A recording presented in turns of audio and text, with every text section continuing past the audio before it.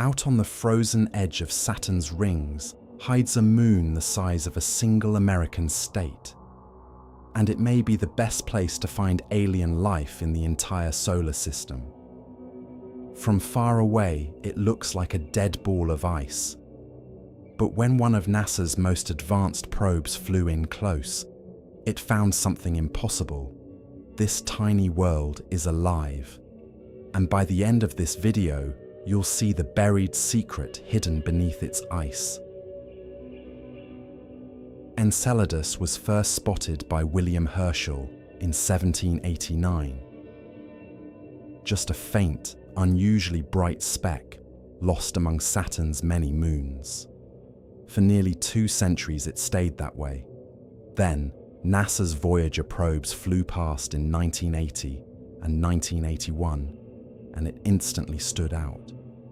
Its surface is almost pure water ice, so white it reflects about 90% of the sunlight that hits it, making Enceladus the most reflective object in the solar system.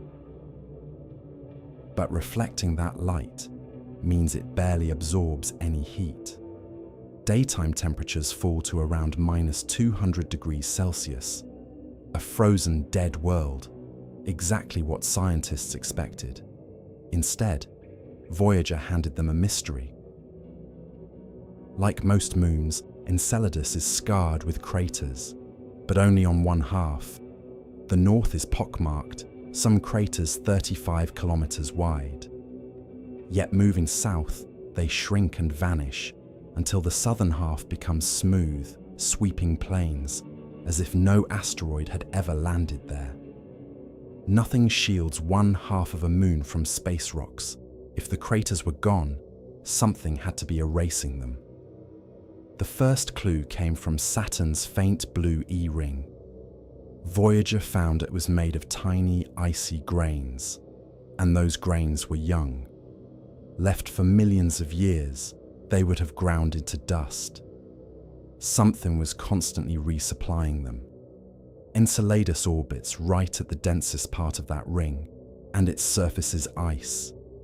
So perhaps the moon was feeding it. But that didn't explain the divide. If it was simply shedding its surface, why so much more from the south? The only answer left was unsettling. The southern half wasn't as dead as it looked. Here's the problem. Active worlds have a hot interior left over from their formation. Small worlds cool fast and lose it. And Enceladus is tiny, barely 500 kilometers across, the size of Arizona. By now, it should have been frozen solid for billions of years. Yet something inside it was still awake. There was even a clue hiding in plain sight. As Voyager 1 sped away, it caught the little moon with what looked like a faint tail. No one understood it yet. To find out, NASA, the European Space Agency, and the Italian Space Agency launched Cassini in 1997. It reached Saturn in 2004 and confirmed the wildest theories. Enceladus was throwing material into space, building a halo around itself. Near its south pole sit 4 giant fractures nicknamed the Tiger Stripes. The pale ice inside them is likely less than 1,000 years old, newborn on a cosmic scale. And they weren't just young, they were warm. Cassini measured them far hotter than the rest of the moon. The South Pole wasn't just young, it was active right now. To study it, scientists used a clever trick. They watched a distant star pass behind the moon. If gas hung above the surface, the starlight would dim early, and it did. Cassini detected water vapor over the South Pole, a thin atmosphere on a tiny moon, and almost none at the north. The reason was spectacular. Bright plumes were erupting from the Tiger Stripes, geysers blasting millions of tons of gas and ice into space every year. This was cryovolcanism, ice volcanoes. On Earth, volcanoes erupt molten rock. On a world this cold, the same forces blast frozen slush into the sky. And the old mysteries fell into place. The geysers rain ice back down, smoothing the southern craters, while the rest escapes to feed Saturn's E-ring. But that opened a far bigger question. What was inside those plumes? Cassini carried a dust analyzer, so the team made a daring choice. They flew the spacecraft straight through the jets, and what it found left them speechless. Possible evidence that Enceladus could support life. Life as we know it needs three things: liquid water, the right chemistry, and energy. Cassini found signs of all three. First, water. The moon is locked in a gravitational dance with a larger moon, Dione, 2 orbits for every one of Dione's. That tug pulls Enceladus onto a slightly oval path. Like our moon, the same face always points at Saturn. But Enceladus also rocks gently back and forth, a wobble called libration. A solid moon couldn't wobble like that.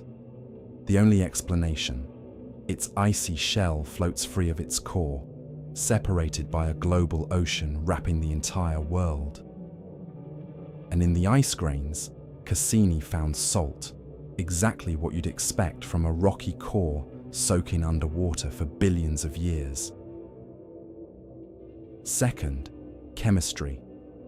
The plumes were mostly water vapor, but they also held carbon, nitrogen, and the other key elements of life, even complex organic molecules, the building blocks of amino acids. Third, energy, the hardest one this far from the Sun. As Saturn stretches and squeezes the Moon along its oval orbit, friction heats its interior, tidal heating, enough to keep the ocean liquid, and there may be more. On Earth's sea floor, life thrives in darkness around hydrothermal vents. In the plumes, Cassini found hydrogen and silica grains, the exact signature of those vents, hinting the same could be happening on the floor of Enceladus's hidden sea. So this little moon has a global ocean, all the ingredients for life, and the energy to sustain it. By far the most promising place beyond Earth where life might already exist. NASA took it so seriously that in 2017, when Cassini ran low on fuel, they deliberately crashed it into Saturn to make sure no stray Earth bacteria could ever contaminate that pristine ocean. So the next time you picture the frozen edge of the solar system, remember the tiny moon too small to be alive, hiding a warm, salty, churning ocean beneath its ice.